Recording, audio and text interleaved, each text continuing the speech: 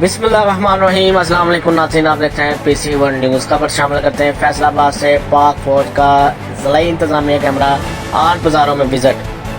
फैसलाबाद से मिर्ज़ा हारून की तफसीलात के मुताबिक पाक फौज का ज़िला इंतज़ामिया कैमरा 8 बाज़ारों में विज़िट। SOPs पर अमल न करने के नतीजे में दर्जनों दुकानदार खरीदा को धर लिया।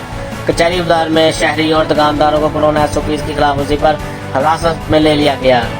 फैसलाबाद जिले इंतजामिया का कहना है कि कोरोना SOPs पर सख्ती से अमल दरामद करवाया जा रहा है, किसी को खिलाफ वर्जी करने की इजाज़त नहीं देंगे।